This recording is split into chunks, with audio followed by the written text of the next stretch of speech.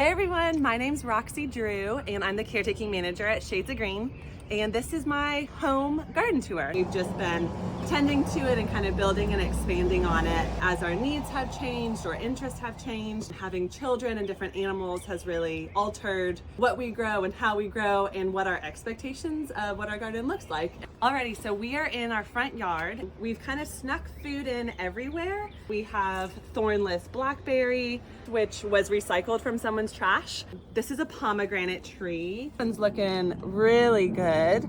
And then we kind of have a mix of some ornamentals, so things like peonies, evening primrose, which I dug up from the sidewalks. But that's a wonderful source of nectar for moths because it's a light color bloom and it stays open at nighttime. Sunchokes, Jerusalem artichokes, those tubers are harvested in the fall and are a great alternative to potatoes. Kind of have minimized the amount of lawn. Really have a lot more ornamental shrubs, hostas, creeping jenny, some of the ferns were gifted, hydrangeas were gifted. Edgeworthia I ended up falling in love with once I started working at Shades of Green. And then we've snuck in again more food, wine grapes along basically every fence in our property. It's pretty low maintenance, cutting back any foliage that dies back in the winter, keeping all the material on site, and then stealing bags of leaves from our neighbors and using that as mulch over the winter. Let's get to the backyard. So this is how we get to the backyard. This was the old alleyway, and then it met with another alleyway in the backyard. But it meant that when we moved in, it was totally compacted, depleted, very polluted soil. So we've taken on probably 7 truckloads of recycled mulch from local arborists, but really helping to soak up the water because we're also downhill from all neighbors. So essentially our entire backyard is a giant rain garden. We have mint. Most people say don't plant mint because it goes wild, but that's what we wanted here. We end up getting a lot of mosquitoes, but then planting aromatic plants like mint is great also for our chickens as a natural dewormer. So it grows, we harvest it, we constantly are using it. We do choose to leave certain volunteer species. So you see these vines, this is our native passion flower, great for wildlife, and this is a host plant for Gulf fritillary butterflies. So again, just recycled material. We planted a lot of trees, sycamore trees, and that's just getting started. In the backyard, we have some edibles, so pineapple guava on this side, then have our wood chip pathway. Build soil here on the pathway, rake back the wood chips, and you would have like a solid 4 inches of soil that the chickens showed me, like, oh, this is where all of the good worms are. This is where you're building soil. That was the fastest way for us to build soil and harvest that soil and immediately put it into like this little garden over here. So this is kind of a wild garden. We have things like lemon balm. We have water mint that I think snuck in here somehow. Anise hyssop, aromatic, so keeps the mosquitoes away. Great for medicine and for teas. Bee balm that's just about to open up. Salvia that has been wonderful for the bees. Echinacea is just starting to pop in the garden. Garden phlox that gets really tall, and that's really showy all throughout the rest of summer. Another great nectar source for hummingbirds. And then this is our wildlife pond. This whole garden is recycled. So all these chunks of concrete came from our renovation of our basement. I found the pond tub in someone's trash on the way to work. All of the rocks and chunks of concrete we've also just found. We have tried our hardest to grow grass, and the only thing that we have been able to grow back here is our clover lawn. This is a low growing, I don't ever have to mow it. It's a pollinator source. You can see that the clover is just starting to open up. Having chickens and ducks and bunny rabbits, they all come to get their greens from this lawn. And that's probably a great time to go, just as we're talking about the circle of waste. So you can see I have my bucket. It has a whole bunch of past the best prime eating for bananas and strawberries and blueberries. Those don't go to waste. So it's the perfect time to kind of go through and pick out the volunteer species. I don't throw this away. This is again great material for the chickens and bunnies to eat. The name of the game back here is finding spaces for our 2 kids, but also our neighbors to come and play. So every kind of nook and cranny, it guides children throughout their play. And then back here is kind of our work in progress. We ended up having to take down a giant oak. So instead of paying for them to take it off site, we just said, hey, go ahead and leave the wood here. So it's the beginning phases of a hugel bed. As they continue to break down, we'll add soil and compost from the chicken coop onto these hugel beds, and that resource can be used instead of just a waste that's brought off site. We also have more food back here, growing figs, pawpaws on the other side. Again, we have elderberry starting to bloom, some Asian persimmon.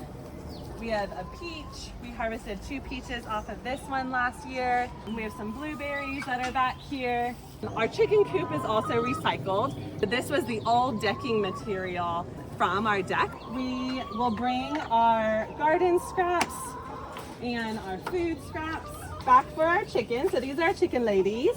Everyone is laying. So our chicken eggs. We have a bunny. And then those 2 cayuga ducks were found in our front yard. The chickens all stay really, really close. They're an integral part of our backyard. I'll kind of turn the gardens, and then I'll put them away for a few weeks as the seeds are germinating. If that's kind of the farm growing area, this is kind of the secret garden area. Has a whole bunch of different plant species, like all the cilantro that's going to bloom, some Stokes aster, hoary mountain mint that's just opening up, some long stem asters that will bloom purple in the fall, penstemon, just got this at the Shades of Green native plant sale, rattlesnake master, obedient plant, Bidens. That one I dug up from the Shades of Green headquarters space. We have echinacea that's just starting to open up, mountain mint. This is our native mint. This is great aromatic for keeping mosquitoes away. This is my #1 pollinator of the garden, and I have counted over 30 different types of pollinator species on this plant. Our pathway is all recycled. Violets are a host plant for fritillary butterflies as well. So this is the big main mama plantain that showed up and volunteered in my garden and have filled in between my stone pathway. Some people pay a lot of money for things like ajuga and creeping jenny, and instead my volunteer plantain is kind of doing it. But you can eat these, and then it's also very, very medicinal. So a great first aid. The Cherokee and Creek name for plantain is white man's foot. The indigenous people would find this plantain showing up wherever the white men walked. The indigenous people adopted this plant and used it for its medicinal uses and just gave reverence to the healing powers that it does have. So on our archway, we have some early blooming roses. This is Lady Banks rose. We also have it co-mingling with our grapes. So these great big grapes are really setting in nicely. Thornless blackberry. We also have some perennials like strawberries, asparagus. We have some potatoes that spudded in our kitchen, so we put them in the garden. Tomatoes, a sunflower that the birds planted. Sorrel, blackberries, some service berries that are planted all along here. In the understory, you can see that the penstemon is just fading from its bloom. Cherokee sedge, we have some common rush. Our backyard gets so much water. Fallen in love with our shade and water tolerant native plant species. They provide habitat, no need for more mulch, provides spaces for overwintering caterpillars and frogs. This is a willow species, jewel weed, so this is a great medicinal for poison ivy. So as you kind of come around the bend, we have some native plants mixed in, like New Jersey tea. We have a native swamp azalea. We have some blueberries and hazelnuts and curly willow and sochan and Indian pink chokeberries or aronia. Hazelnuts, which are water loving and native. This is kind of our wild area as we get back into the very back of the garden. We have some Virginia sweetspire that's back here that just finished blooming. We have a magnolia, bald cypress, the elderberries back here, and it's super, super fragrant. Pollinators love them, so this is just constantly buzzing with life. So this is the last part of the garden that we haven't visited so far. Again, another trellis, which of course we're growing kiwi on. Some loquats flanking the entrance to our campfire. We have a plum over here. We have an apple over here. Some blueberries, all right here. Then we have our garden soaking tub. So this is our animal trough, which we have converted into a soaking tub, but a nice space to just kind of cool off and have a good solid cold dunk after a hard day's work. We have river oats that are surrounding that. Another native grass species that loves water. Make this a vibrant privacy area that feels a little tropical.